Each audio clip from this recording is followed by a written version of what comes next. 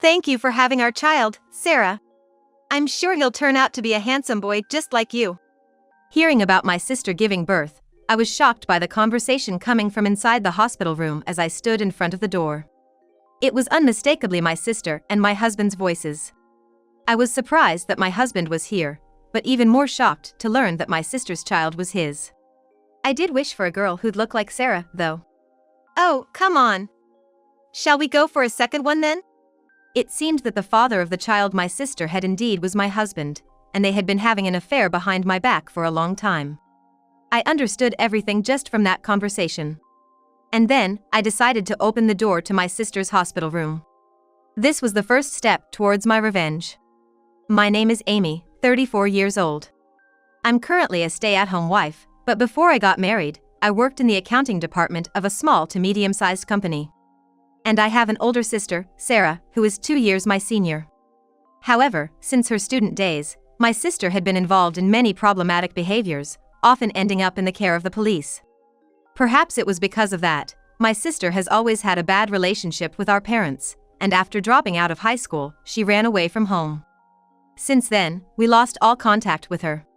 This left our parents wringing their hands, unsure of what to do, but eventually, they concluded she would return home on her own and thus did not request the police to search for her. However, to me, she was my beloved sister. I quietly searched for her on my own, but realized the limits of what I could do alone.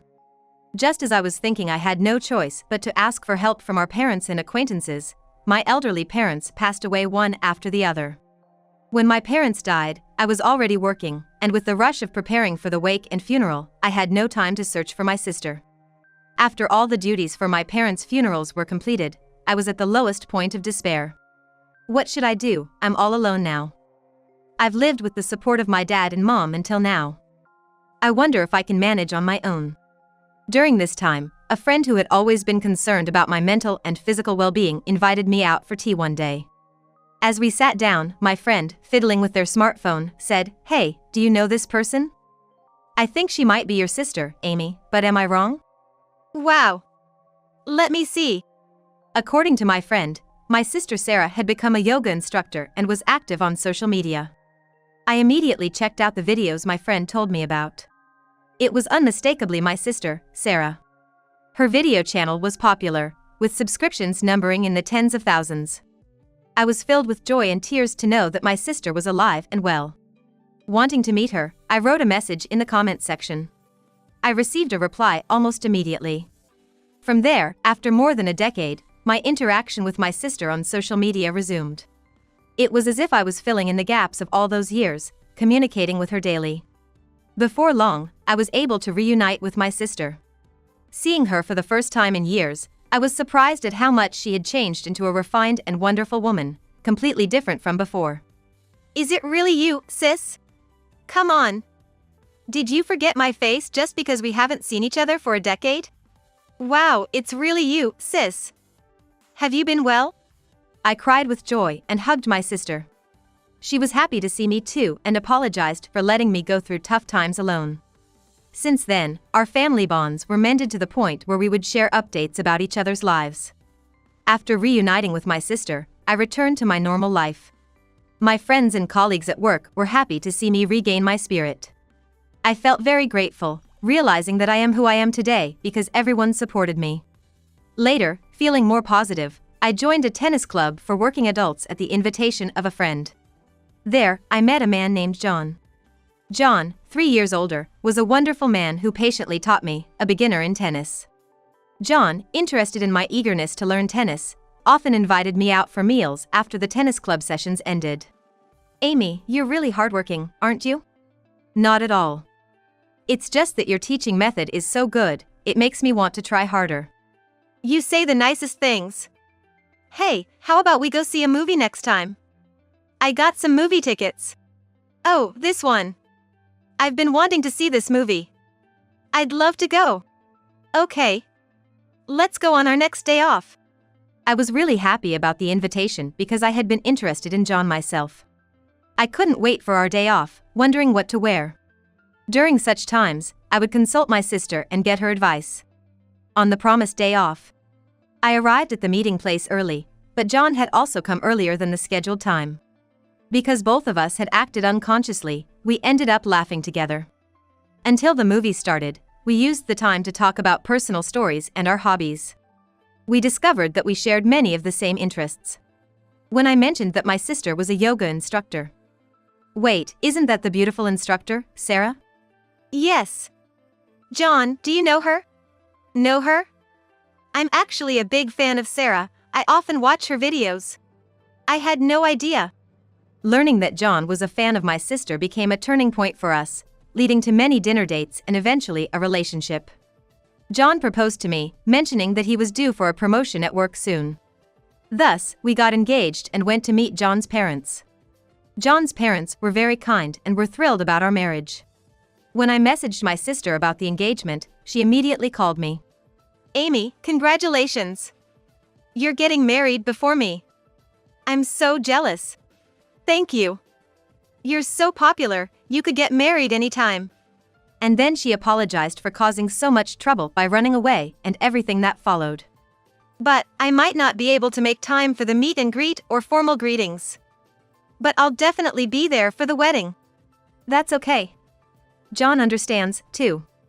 Just make sure to come when the wedding date is set, okay? You're like a parent to me, after all. With that, she said she had to return to work, and the call ended. I was touched by my sister's sincere congratulations. Despite her busy schedule, she prioritized me, reminding me of her kindness. I also announced my engagement at work. My boss and colleagues all congratulated me, making me feel truly blessed. As I began to prepare for marriage, I decided to quit my job and become a full-time housewife to support my husband. Since my husband had expressed a desire for me to be a stay-at-home wife after getting married, I agreed. Amy, what should we do about our house after we get married? Well, considering we might have children in the future, a larger house would be better. A big house, huh? If we're doing it, I'd like one with a garden. Let's buy in a location where you'd like to live. Really? Thank you. With John becoming busier due to his promotion, I took on the responsibility of preparing for the wedding and arranging our new home.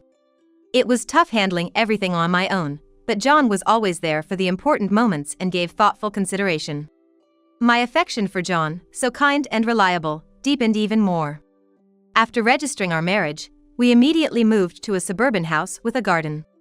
Of course, the purchase was completed before our registration. As John had said, we chose a location that was convenient for me, and it was also within a 30-minute drive to his company, making it a great location. Now we can be closer to nature, which I think will be great for our kids too. Typical Amy, always thinking ahead for our future. In the beginning of our marriage, we lived happily every day. However, I was unaware that this happiness would soon crumble. 3 years into our marriage, I turned 34. Yet, we hadn't been blessed with children, and I started to feel increasingly anxious. One reason for my anxiety was reaching my mid-30s, knowing that any pregnancy from now would likely be considered high risk for both the baby and me. One more thing. Around this time, John's returns home began to get later and later. He also started to carry his smartphone with him everywhere in the house. Whether at meals or in the bath, he was constantly on his phone. Hey, you've been on your phone a lot lately, what's up? Oh, work has just been really busy lately, and I've had to deal with some mistakes made by my team. That was his explanation whenever I asked, claiming it was work-related. However, he often smiled while looking at his phone, which made me suspicious. Despite my suspicions of his infidelity, I couldn't bring myself to confront him, feeling guilty that we hadn't been able to have children. John seemed so looking forward to having children with me. Why can't I seem to get pregnant? Not being able to conceive was a major concern for me, and I had been thinking about getting it diagnosed. Amidst this, my sister announced she would be making a major announcement in her video stream. Curious about what it could be, I decided to watch her stream. To my surprise, she announced that she was pregnant. What? When did you get pregnant, sis? We had been in touch recently, and she hadn't mentioned anything of the sort. Moreover, when did she get married? Or is she planning to? I hadn't heard any news about her marriage. I wonder who her husband is. I felt a bit upset she hadn't told me directly, but still, the news of her pregnancy made me incredibly happy, as if it were my own news, and I immediately sent her a message. Then, my sister invited me out for a meal, and we made plans to meet. That night, I told my husband about my sister's pregnancy. Really? Sarah's pregnant? Yes, exactly. She announced it during her video stream today, and I was so surprised. Is that so? That's wonderful. He seemed as happy as if it were his own good news, already thinking about what gift to give. Seeing my husband so excited, I couldn't help but smile. However, his reaction shifted when I mentioned my next plans. I've made plans to have dinner with my sister soon. Oh, is that so? Yeah. Something wrong? No, nothing. Just, now that Sarah is pregnant, make sure not to stress her out, okay? His sudden nervousness made me slightly suspicious. But I was so happy about my sister's pregnancy, I chose to believe I was imagining his odd behavior.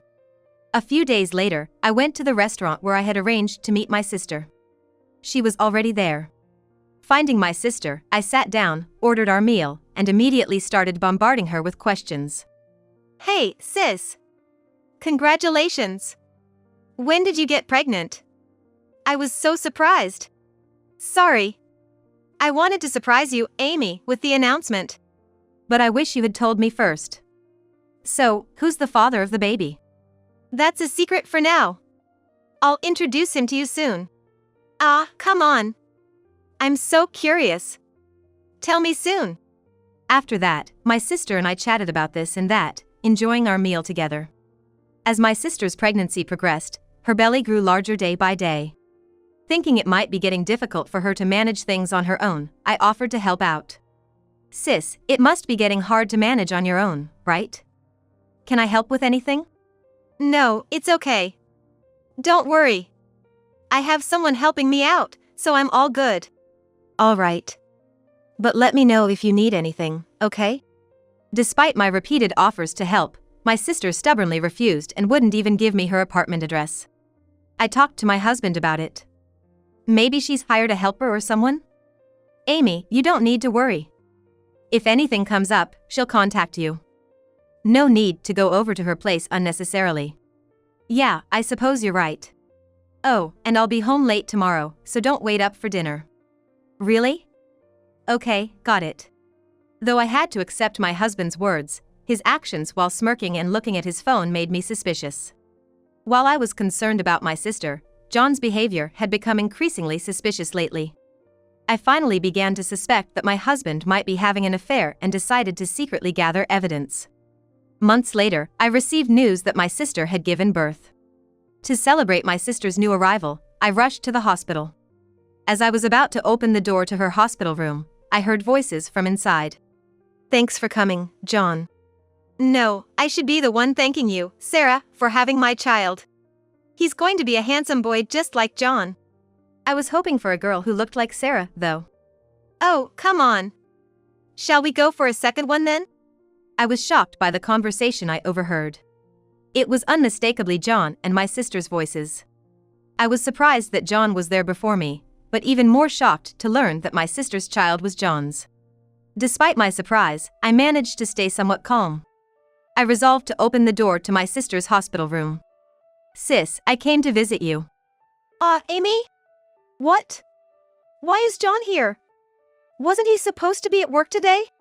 When I appeared, John was surprised, but I pretended not to know why he was here. Amy, you came. Thank you. You're welcome. But why is John here? That's what I'm asking. Well, you see. John clearly became flustered. I heard the two of you talking from the other side of the door. Can you explain what's going on? Then, my sister said to me with a triumphant smile. What do you mean what's going on? You know, don't you? John is the father of this child. John is the father. It seems the conversation I overheard before entering the room wasn't a misunderstanding. You really are clueless, not realizing that John has been with me. It's actually hilarious. You've been having an affair behind my back? That's right. Wait, so when you said you'd make me happy, that was a lie? There's no use for someone who can't even have a child, they said, laughing together. It appeared that John truly was the father of my sister's child, and they had been having an affair behind my back all along. Actually, I've been a huge fan of Sarah even before I married you. I heard that when we started dating. I approached you because I knew you were Sarah's sister. I thought if I got close to you, eventually I'd get closer to Sarah. John is a huge fan of mine and also a viewer of my yoga videos. Indeed, when I first mentioned my sister while we were dating, my husband was surprised. But I was shocked to learn he was such an enthusiastic fan. You were that big of a fan of my sister. Of course. I've left comments on all of Sarah's videos. No man could resist falling for someone as beautiful and stylish as Sarah. I always noticed someone consistently leaving comments on my videos, and when I found out it was John, I was surprised. And just like that, it didn't take long for us to start dating. I was shocked to learn that the purpose of marrying me was also to get closer to my sister. Hearing the truth about my husband and sister's affair left me speechless. Well, as you can see, Sarah and I have a child now. Pack your things and get out of my life. We're getting a divorce, he declared, thrusting the already filled-out divorce papers at me. I finally understood why my sister wouldn't let me help her or give me her apartment's location. And all of John's suspicious behavior made sense now. Overcome more by anger than sadness, I calmly accepted, understood, took the divorce papers, and left the hospital. I couldn't forgive these two. Filled with despair and anger, I went to the municipal office to file the divorce papers, and just like that, John and I became strangers to each other. And so, I made a call to a certain place. The next day, my now ex-husband John bombarded me with an incredible number of calls. After ignoring them for a while, I reluctantly answered due to the incessant ringing. Hey! Pick up faster. More importantly, Amy, what did you do with the house? The house? Since I don't need it anymore, I disposed of it. What? Do you think you can do something like that without my permission? Since I submitted the divorce papers yesterday, we are strangers now. Why should I need permission from a stranger? On the day he confronted me with the divorce, I submitted the divorce papers. After leaving the hospital, I had called a certain place, a real estate agency.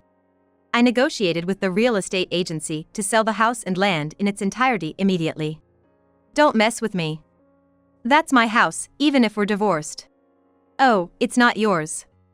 The house and land were purchased under my name. What? You wouldn't know, since you left all the preparations to me. Indeed, the house and land were all purchased with the inheritance I received from my late parents. John, who hardly helped with the wedding preparations or setting up our new home, had no idea. John, who hardly ever helped with preparations for our wedding or setting up our new home, had no way of knowing. Moreover, having suspected infidelity for some time, I had installed miniature cameras and listening devices in the house. Thanks to that, I gathered evidence of the affair and had been consulting with a lawyer, strategizing on when to initiate the divorce. Planning for a potential divorce, I had been packing my belongings gradually, taking advantage of the nights John came home late, which made moving out smoother. John must have been shocked to find his belongings dumped in front of the house, now marked for sale, after returning from my sister's place. However, John couldn't accept what I said. The house and land are marital property, he protested, and even said, I won't allow you to do as you please. So, I stood my ground in response. The only reason we could afford the land and house was thanks to the inheritance my parents left me. That's. Plus, the purchase was made after you proposed, but before we were legally married, right? So, it doesn't count as shared property. What? After all, we were still strangers before our marriage. When John was at a loss for words over the phone, a voice said, "Let me speak to her," and the call was handed over to my sister.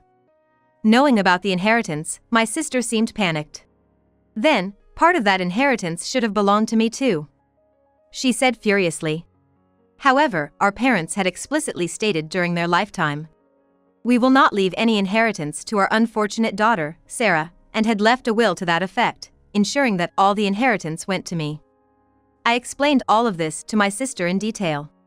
Despite this, John and my sister continued to complain over the phone. Ignoring them, I said sarcastically, I'm quite busy myself. So, I wish you both happiness, and hung up the phone.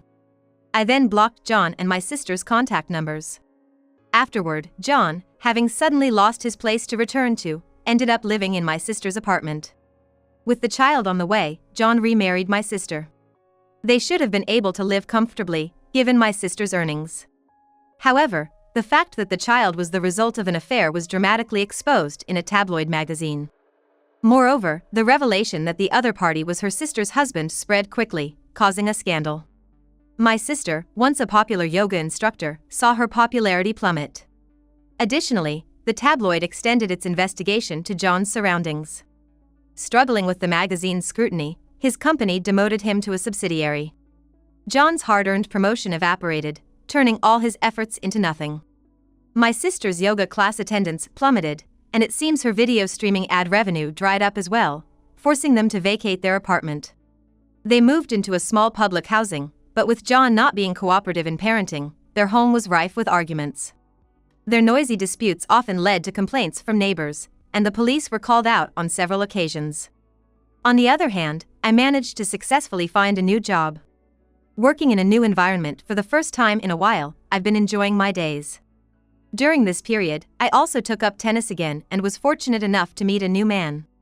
We started playing tennis together on weekends, and after our games, we'd chat over coffee at a cafe, talking about daily life and tennis. With time having passed since my divorce, we are planning to get married soon. We intend to support each other and spend happy days together.